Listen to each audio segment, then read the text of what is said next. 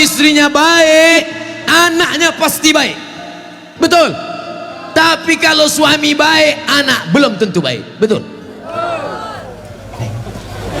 Kita ulang sekali lagi, bisa? Kalau istri baik, anak pasti baik. Tapi kalau suami baik, anak belum tentu baik. Mana contohnya? Nabi Nuh alaihi salam. Nabi Nuh itu baik apa enggak baik? Baik, tapi anaknya anak durhaka, namanya Kan'an, gara-gara istrinya tidak baik. Makanya bapak, kalau istri bapak tidak baik, oh, inilah. Kalau dia tidak baik, belajar kepada ibu-ibu di kota Waringin Barat yang sudah baik, bah. Ajak kursus kemarin. Ini orang baik-baik semua nih. Suaminya tidak baik, namanya Azar, tapi anaknya justru jadi orang baik. Siapa anaknya? Ibrahim. Ibrahim itu bapaknya tidak baik, tapi emaknya perempuan yang baik. Akhirnya apa yang terjadi? Anaknya menjadi anak yang baik. Anak yang baik. Makanya ibu, kalau ada suami ibu yang agak-agak seperti Fir'aun, sabar-sabar. Sabar. Pulang dari sini, bang, insya Allah aku tetap sabar bersamamu, bang, sampai kau ditenggelamkan di Laut Merah, bang. Karena kata Ustadz Somad tadi, insya Allah anakku akan menjadi baik. Suami ibu boleh jadi tak baik, boleh jadi dia perampok, boleh jadi pecandu narkoba, boleh jadi dia sakau, tapi ibu masih ada satu harapan. Anak yang ibu kandung, anak yang ibu didik, anak yang ibu berikan akhlakul karimah, dia yang akan menjadi pelindung penaung. Di tengah malam dia akan berdoa, Rabbighfirli wali walidayya warhamhuma kama rabbayani shaghira. Maka ibu jangan berputus asa. Kadang banyak ibu-ibu ini putus asa, pulang ke rumah suami selingkuh, mabuk, langsung pergi ke kamar mandi, minum teh botol. Minum super pel. Enggak mati. Seminggu setiap ngomong bubuih.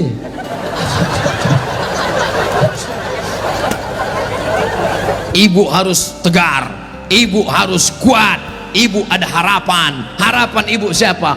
Anakku akan jadi polisi, amin. Anakku akan jadi tentara, amin. Ibu sekolahkan saja anak ibu sesuai bakatnya. Perhatikan anak ini bakat. Anak saya suka main layang-layang, berarti jadi pilot helikopter. Anakku suka mandi hujan, angkatan laut. Anakku suka ngembus-ngembus semprit, dua kemungkinan, bisa jadi polisi razia, bisa jadi wasit sepak bola. Yang parkir jangan. Ibu jangan sebut tukang parkir, karena pada dasarnya kita semua ini adalah tukang parkir. Kita ini semua tukang parkir. Tirulah iman tukang parkir. Mobil mewah harga 2 miliar. Mundur betul parkir. Setelah begitu diambil mobil ini, adakah tukang parkir yang marah? Enggak ada. Ada nggak tukang parkir ngamuk-ngamuk? Kenapa mobil ini diambil? Saya sudah menjaganya 2 jam. Enggak ada. Kalaupun ada berarti gila. Kita itu juga di dunia ini sama seperti iman tukang parkir. Mobil itu titipan, rumah itu titipan, anak itu titipan, kebun itu titipan. Kita hanya menjaganya di dunia, dan setelah itu kita akan mati. Ada yang punya kita? Tidak. Makanya bapak, berapa banyak bapak ketika istrinya meninggal, dia nggak ada nangis. Pas ditanya, bapak nggak nangis? Titipan Pak Ustaz. Ustadz ini ceramah nggak enak, pas giliran mati istri aja. Oke, sekarang kita balik. Berapa banyak ibu-ibu yang imannya sudah mantap, dia menganggap ini semua titipan, hilang tidak apa-apa, meninggal suaminya, dia tegar. Ibu nggak nangis, titipan Pak. Tapi ada satu ibu menangis, papa, jangan kau tinggalkan mama sendiri, Pak.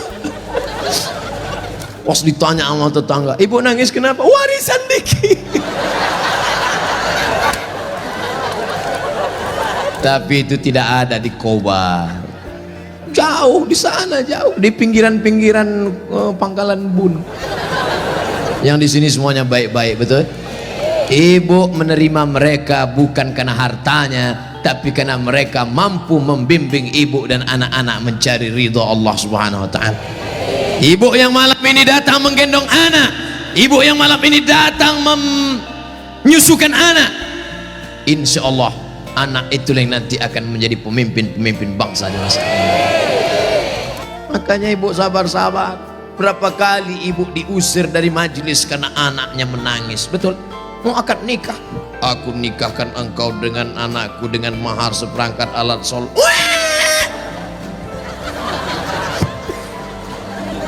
Berapa kali di majelis kematian ibu diusir. Betul, ada orang kaya meninggal, datang anaknya, mantunya, cucunya pakai baju hitam semua, nama kelompoknya Men in Black, sudah siap-siap mau menangis bersandiwara.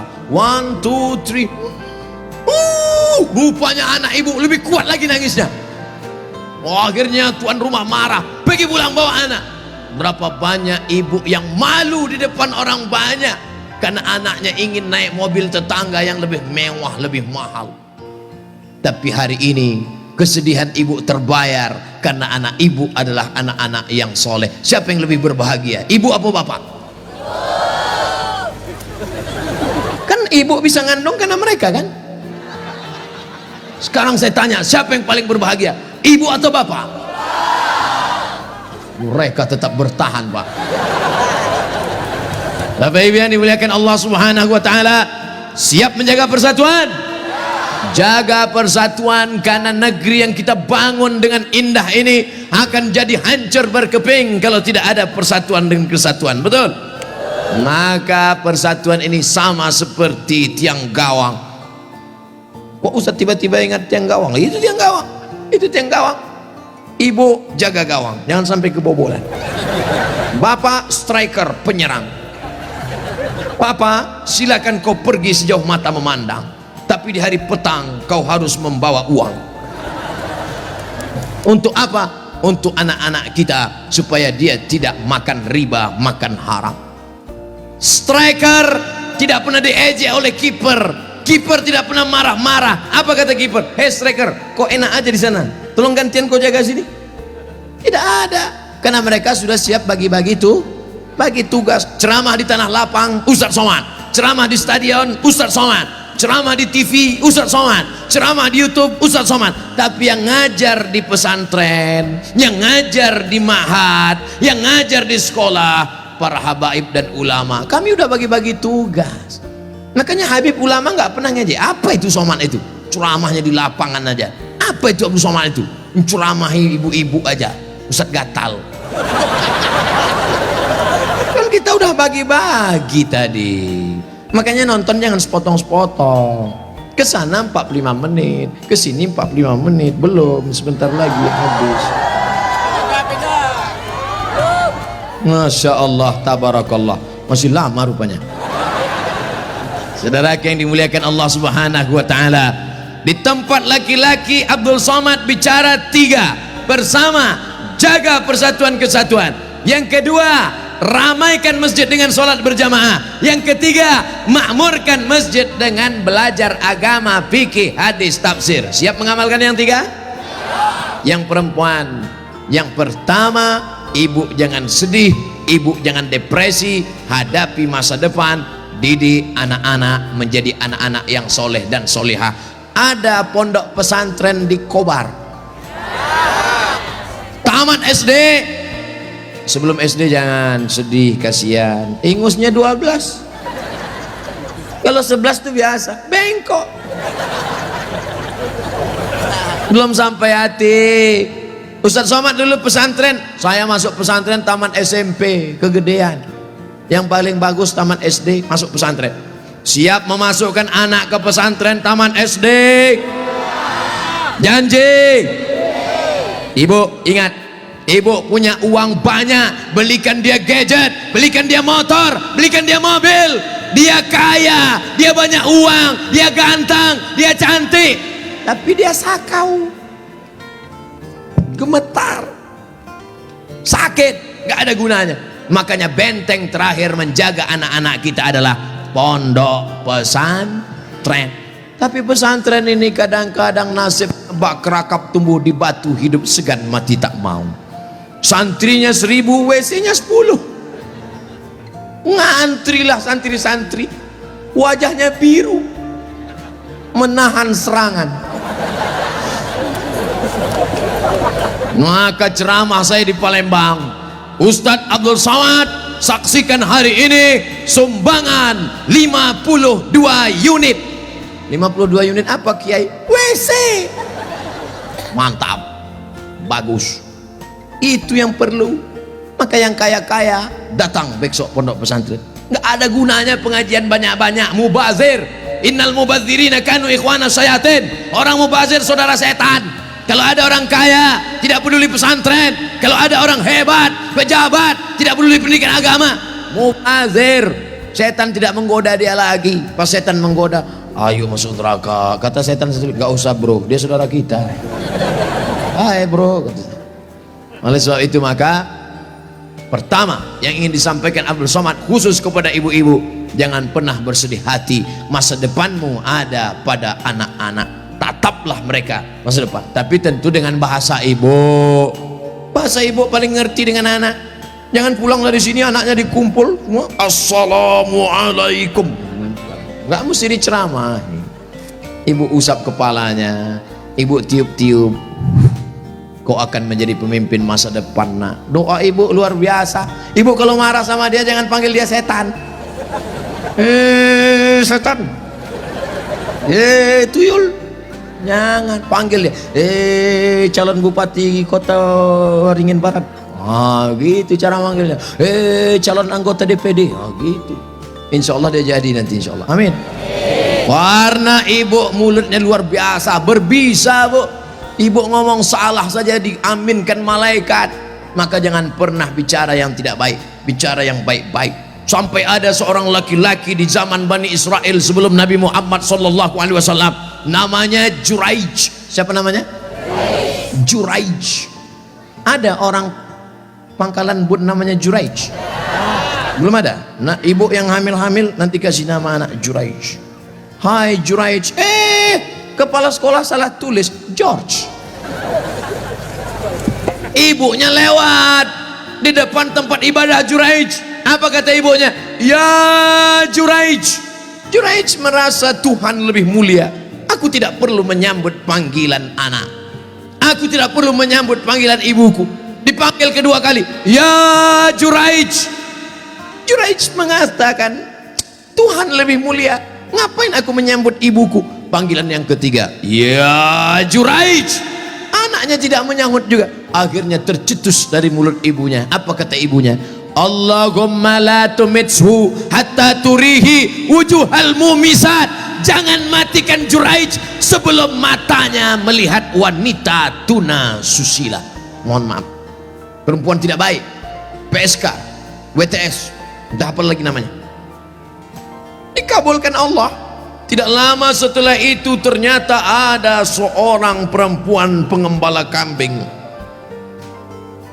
hamil bukan kenyang, hamil, ditangkap, ditanya, hei perempuan, siapa suamimu? Siapa yang menghamilimu? Perempuan itu menjawab, Juraij. Yang menghamili saya adalah Juraij. Kira-kira masuk akal nggak Juraij menghamili perempuan yang nakal ini? Tidak, bukan dia, tapi fitnah. Dipertemukan Juraij dengan perempuan nakal. Rupanya Allah hanya ingin mengabulkan doa si ibu. Kata si ibu, jangan matikan Juraij sebelum matanya melihat wanita tuna. Akhirnya matanya memang betul-betul melihat wanita tuna susila. Melihat, padahal tidak mungkin ahli ibadah ketemu dengan wanita tuna susila. Kalau Satpol PP ketemu wanita susila memang bisa. Razia maksudnya. Mohon maaf Pak Satpol PP. Ini Juraij, orang soleh. Akhirnya ketemu, mengaku, siapa yang menghamilmu? Ini Juraij. Ditangkap Juraij, difitnah Juraij. Ternyata kau jahat Juraij, kerjamu ibadah, rupanya pekerjaanmu di balik ini semua menodai pengembala kambing. Dihancurkan tempat ibadahnya, hancur berkeping. Kata Juraij, jangan bunuh aku sebelum anak ini lahir. Setelah anak itu lahir, ditusuk Juraij pakai pusar, pakai telunjuknya, tusuk. Juraij bertanya kepada anak yang baru lahir itu, who is your father? Itu bahasa Pangkalan Bun. Siapa bapakmu? Anak itu menjawab, ra'il ghanam, koboi. Bapak saya adalah pengembala kambing. Akhirnya mereka cium kaki Juraij, mereka bangunkan tempat ibadah Juraij dari emas. Juraij tersenyum. Ini skenario Allah hanya ingin menunjukkan betapa makbulnya doa seorang. Kira-kira ibu bisa nggak menceritakan itu ke anak cucu ibu nanti? Nggak usah dihafal, hidupkan aja MP3-nya. Cari nanti Abdul Somad Pangkalan Bun, Abdul Somad Official, subscribe, like, and share. Anakku, kau jangan melawan ibu nak, karena kalau ku katakan kau jadi katak, kau langsung jadi hantu. Nih ceramah Ustadz Somad tadi malam, dengar baik-baik. Gimana? Iya mah. Itu, insya Allah ibu anaknya semua baik-baik ya. Yang lalu-lalu apa boleh buat tai kambing bulat-bulat. Nasi sudah jadi tai ayam. Nasi tidak bisa kita rubah lagi, Bu. Tapi yang akan datang kita perbaiki. Cucu-cucu yang sudah lahir, sudah besar, nggak bisa lagi. Tapi ibu punya anak perempuan, kasih tahu sama anak perempuan ibu, kamu kalau hamil banyak-banyak baca sholawat. Kalau hamil kata kiai, kata Habib, banyak-banyak baca surat Yusuf nak. Tapi dia salah sangka, disangkanya kalau baca surat Yusuf anaknya ganteng macam Nabi Yusuf. Pas lahir hitam pesek pendek. Wah kiai, Habib, kenapa anak saya begini? Kiai sama Habib nggak marah, mereka nggak pernah marah. Kenapa anak saya begini? Saya susah baca surat Yusuf. Kenapa anak saya nggak ganteng seperti Nabi Yusuf? Sama suami ente mana? Ini suami saya, sama kan?